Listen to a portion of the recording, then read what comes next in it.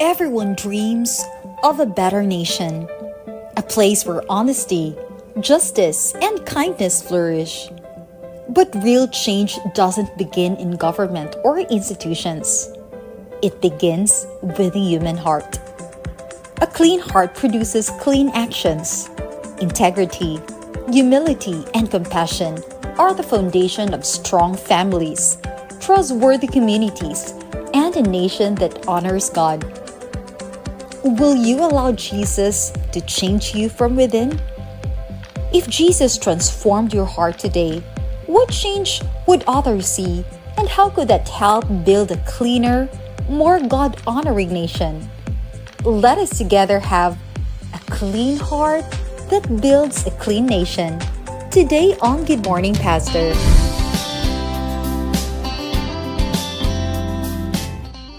Good morning mga kapaglaom. And usa ka malipayong adlaw ipapahulay no usab kaninyo mga kaigsunan dinhi sa atong segment ang Good Morning Pastor. And karon amo makauban ni Charm ang atong usa ka pamilya dinhi. Gimingaw mi niya pero wa gininibiya diri mga kapaglaom. Atong presidente sa Hope Channel Philippines, Pastor Janster Joe Calibon. Good morning, Welcome back! Welcome back, Pastor. May buntag sa tanan. Magandang umaga po sa lahat. Magtagalog ka na. Actually, he is fresh from NLC, National Leadership Conference of the Hope. Actually, it's Network Leadership Conference. Network Leadership it's a meeting Conference. of all Hope Channel leaders Worldwide. around the world. Wow. And it's such a great blessing for me to be able to attend and makita na to ang mga ang direksyon o ang mga pagpaningkamot sa itong mga lideres o pag-encouragement nila alang nato nga mahimutang mausa alang sa pagduso. 90 kapin na ka-channels, di mo kalimutan. Praise the Lord. Ang Pilipinas, gikwinta ra nag-isa. Oh, Isa ra na kwinta na ha. Pero Sa daghan kita. 93, pero 15 takabok dire. sa Pilipinas. Oh, and we praise God for that. Passionate ng mga Pilipino when it comes to media ministry. Yeah, speaking of passionate ng mga Pinoys, you also went to the reunion of the Advent Fellowships. Grabe po ang passion sa singing, sa ministry, and I believe those leaders who were with you on that particular singing group, nahimo po silang leader sa mga churches around the It's an amazing thing. Mga ordinary members sa una, ako di ko kabulong piano, pero nahimo kong director, pero akong basic nga mga learning sa una, sa grupo. Tungod na sa AP sa una, nga nahimong mga nako idea about sa music nga nahimong nakatabang sa diha nga naanak ko dire sa Hope Channel South before. And hopefully madala po na ako sa Hope Channel Philippines nga kanang mga learning sa when it comes to music. And of course katong mga ordinary members before, mga leaders na po sila mga iglesia. Tingala ka nga head elder na dito. Kaning iyang asawa nahimo pong choir director. Yeah. Sa And I think SJUS. ang disiplina Yeah. mag-matter. Kay kana bang naka sa choir, di ba na lalim ang Lalim, disiplina ana. Ano ko na si director. Di ba? Kinahanglan Ang straight training ka na. pa lang, ang inyong practice, kinahanglan engage Ang ka. time good na. Ang time nimo, Matag ka. disiplinado ka kay eskwela ba ka. Tapos sa kay extracurricular, di ba? Mo na kami sa una apil may choir, wa gid mi lahutay. Yung mga badlungon man mo na among tingaw di gid pang choir. Bitaw mga kapaglaom, let's talk today about a clean heart builds a strong, a clean nation. Mga kapaglaom, I would like to invite you to open up your Bibles on Luke 19:1 to 10. Kini siya nga chapter mga kapaglaom, naghisgot kini siya sa encounter ni Jesus sa usa ka tax collector nga ginganan og Zacchaeus. Si Zacchaeus na ilhan nga grabe gyud ka kurakot. In fact, sa iyang pagkakurakot, daghan ang nakabalo sa ilaang komunidad sa Jericho actually, pero murag dili gyud siya ingon ana ka friendly sa tao kay nailan lagi siya inana. But suddenly, apparently si Jesus nakig-istorya niya. Yes. And there was a change, a transformation in the Sa heart iyang buhi, of yeah. Zacchaeus. Kitang mga tao Pinoy ug padanaw na to murag dautan di na murag likaya na to, di ba? Actually, bisan si Mateo. Si Matthew was a tax collector. Basta tax collector ka, bati. Bati. Pareha po na sa to ako, politiko, wali ka nga kurakot. Wagid. Lain na kitanaw. Guba, gid ang imong kuan. But I would like to know, unsa gihimo ni Jesus para nga si Zacchaeus ma-change ang heart? Actually, of course, grabe gid ang gahom ni Jesus Christ nga nung na-change si Zacchaeus, but it all started, in my own understanding, it all started with Zacchaeus. Kauwaw ran dako. Lagi. Dako ka granggo sa kuan. Mukat-kat ka kahoy. Lagi. Ikaw ra makita ko sa Yeah, true. Nakalay mo ni tahanan ni kat-kat mo dito. Kay There was- little man May mo daw tao siya. Oh. Makadaw-daw sa katas. That intense desire ba to really Oh, yes. see Jesus. Bisag makita na lang niya si Jesus. Ang like- tips To the point nga magpakauaw siya, nikat-kat siya dito sa Sikamoro. Iluoy, di man siya kita. Oo.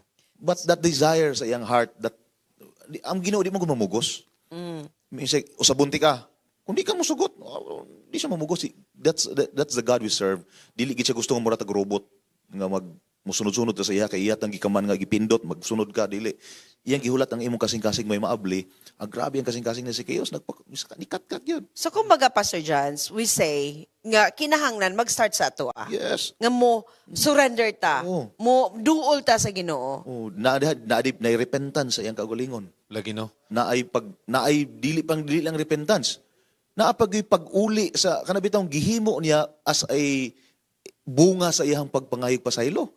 Dali man mo nang grabe siya kwarta, dublihon ko niya. Pwede to siya magpataas Human ang kalingon. pilo-piloon pag niya ang sa tanan niyang giilad, iyang pilo-piloon og bayad. Mao gani. Siya mangita. Daghan ko kay kwarta. 5-6 agin sa to niya pag giyon sa di na ko masabtan sa accountancy man po ko sa una. Kung unsaon niya pag kung gibayaran niya tanan niyang giilad ha. Oh. Maglibo ko kanya asya mga kwarta. Grabe kurakot. Kasi si Rex Daghan mo kay katubagan kwarta. na sa una.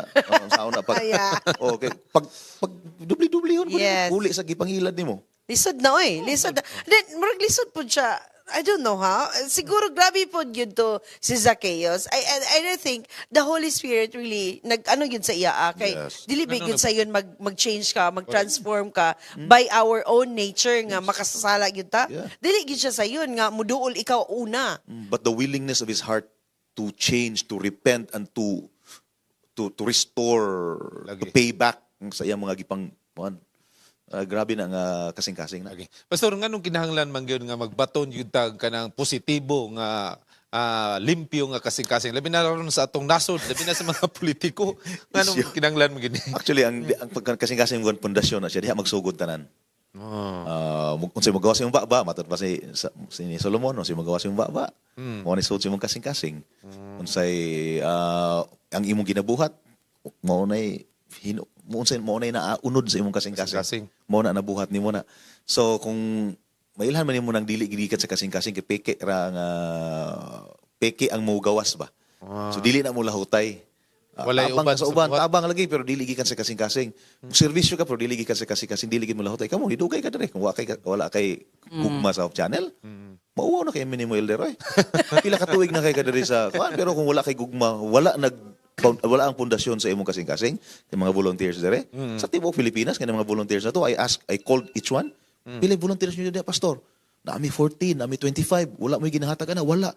Kaya kung wala bitaw ng walay pundasyon sa kasing-kasing ang pagserbisyo, walay kahinlo sa kasing-kasing alang sa pag-alagad sa Ginoo. Maluya man kano. Luya ka. Ay mo lahutay. Luya. Walay kay mo alagad ka sa Ginoo kung dili hinlo imong kasing-kasing, daghang mga tentasyon, daghang Yeah. Yan, Murag maluya po rin ka. gugma ba? No, gugma lagi. Lahutay mo juga tinuod yun imong gugma. Oo. Bisan pag lagandaganan ka sa babae, ang lalaki. Oo, bitaw. Ana man ang manguyab. Manguyab Yeah. gani charm. Ana. Bisag dagandaganan ninyong babae, basta tinuod gugma laki, gugma. Mugukod. Yeah. Kay makuan yun, no, makita, mulubad na yun kadugayan kung Mulubad. fake siya. Correct. Kanang sa gidugayon ba, makabalog yun kag unsay kinatinud-an nga core sa usa ka tawo. Yeah. Kay kuha naman na kadugayan. Reklamo ang tao. Oo. Din kung hinlo imong kasing-kasing manakod manguga, mutakod ka sa imong pamilya, mutakod ka sa komunidad, mutakod ka sa nasod. Correct. Abi nimo sa kuan sa Rwanda, tungod sa leader nila nga grabing pagpasaylo. Mabitaw nang asin sa you can call they call Rwanda as the Singapore of Africa. Because of actually it's top down. It's because of that leader nga grabe ang pagpasaylo, masakir ang pamilya during the genocide, pero he chose to forgive. He exemplifies that forgiveness. He started siya nga with start from scratch with a clean slate, clean heart, forgive everyone. Bahala lagi masakir ang pamilya din. Asin siya ang nasod. Unsay mga attitude ni Zacchaeus, Pastor Johns, nga mahimo natong example today, especially on the current generation. Nga maigihemplo kanang mga dalo pagkadalo. Mulagi kanang magkakurakot niya. Di gina to na sunon. Kay ngano si Zacchaeus wagi na siya, wagi ayo nga tao gid. Pero ang iyang kinaiya pod sa pag-ablis ang kasing-kasing may po nato nga sundo na. Nga walay dautan nga tao, walay tao nga pinakahugaw sa kalibutan nga dili mapasaylo sa Ginoo, nga dili dawaton sa Ginoo. Basta na lagi willingness na ay dako kayo nga desire tinud-anay nga kasing-kasing sa pagbago. Bisan pagpila ka malita ang nadawat nimo for na kay kabaguhan. Pero Wala, Ginoo. kung saan ka Dawat na, ka sa no? Ginoo. I'm wondering baka there are people right now na we really cannot judge no kung unsa pod ang ilang ipagdaanan sa kinabuhi. Pero how can we win them? How can we tell or how can we maybe influence people of higher ranks especially Correct. or people in the maybe taas-taas nga hutong sa sosyedad. Unsaon na to nga mahimong kita mahimong ihemplo or influence ila?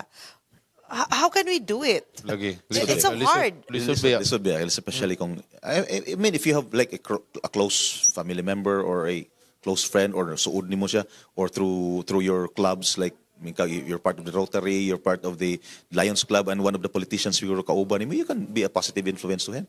Nga paminaw nimo kurakot magintahanan niya. It's not just in politics, even in church, in the church. Yes. We have corruption in the church, Correct. in any church, in our church, in all churches, in all organizations, naagi ng tendency sa corruption. Bisan pa sa mga first world countries, naay corruption. So dagta mo ko na sa sala sa kasing-kasing pero ang tao nga nahimong kurakot pero ablihan niya ang kasing-kasing alang sa pagdawat ni Ginoong Jesucristo, dawaton siya ni Ginoong Jesucristo. Pero dili lang pag-ablis kasing-kasing nga bayran pud niya. Na consequence. Oh, may consequence. Bayran niya. Ang tanan natong ibuhat Hindi mo na ni-sige. consequence either good or bad. Ang importante ang imong kasing-kasing. Pastor John, sir, gimingaw ang mga kapaglaom nimo. Especially dito mi sa Hinguog, nagpractice sila no, naminaw ko sa kanta ba kay. Actually si Von ato ang solo katong Weary the soul katabangat nga line. Oh. Nagsigig balik-balik ang imong kanta ko. Mingaw po day, gimingaw po mi na ni Pastor Kalibod no since nagtuyok-tuyok naman gud ni siya sa kuan, The Roaring Lion. At least ang mga solo ni mo, Pastor, napisik sa kuwang. Tsaka kasi solo. Pastor Kalibod, can you please tell our viewers or maybe give some tips and advice? How can we create a clean heart and build so that we can build a clean nation? Actually, sa ampo ni David, no? Kung imong tanawon sa listahan, na ay pila ni kabuka.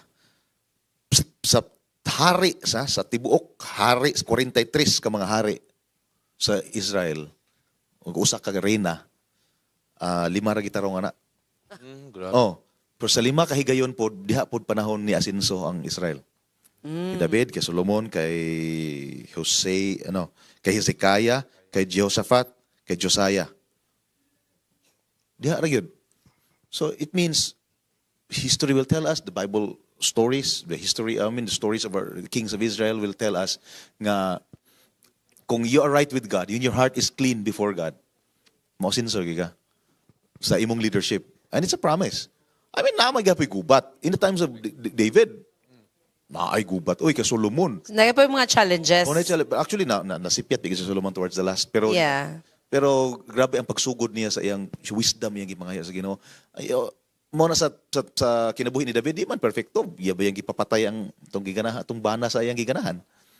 Dili perfecto ang iyang kinabuhi, pero ang iyang pag-ampo, dako kay nga lesson sa tuwa nga, Lord, please create in me a clean heart and renew the right spirit within me. And after that one, of course, David is successful sa iyang kingdom, dili 100%, gining rebelde iyang anak, but still, he is one of the kings considered nga hinlo ang kasing-kasing. God called him a man after God's own heart. Yeah. And it's not a joke. It's not a light title for him. Nga gitawag ka nga tao ka nga ang imong kasing-kasing nahiuyon sa Ginoo. Amen. Nga nga tungod sa iya tungod sa mga hari, arang-arang yun. Arang-arang. Dili zero sa problema pero arang ang nasod kung hinlo ang kasing-kasing. So it takes a good leader para mahimong smooth o God-fearing leader. God-fearing leader, yeah. Para mahimong smooth, para mahimong improved, o para mahimong lahutay ang usa ka And you need also nasod. counselors to be around you nga pareha sa imong una-una. Yeah. Kay daghang mga hari pod nga nangabuang pod tungod sa ilang mga counselors, silang Jeroboam. Kung sakto lagi imong from you, it should start from you. Then ang mga tao palibot Surrounding nimo, people. o mga tao nga support ang mga tao palibot nimo hangtod sa tibok nasod. kinahanglan gid na siya. Yes, it Amen. takes a community to raise a child, and it takes a community to build a strong nation. It takes a clean heart, mga kapaglawom, kitang tanan, nga mahimong atong nasod, atong ituboy, diha sa atong buhi nga Dios alang sa iyang pagiya o proteksyon.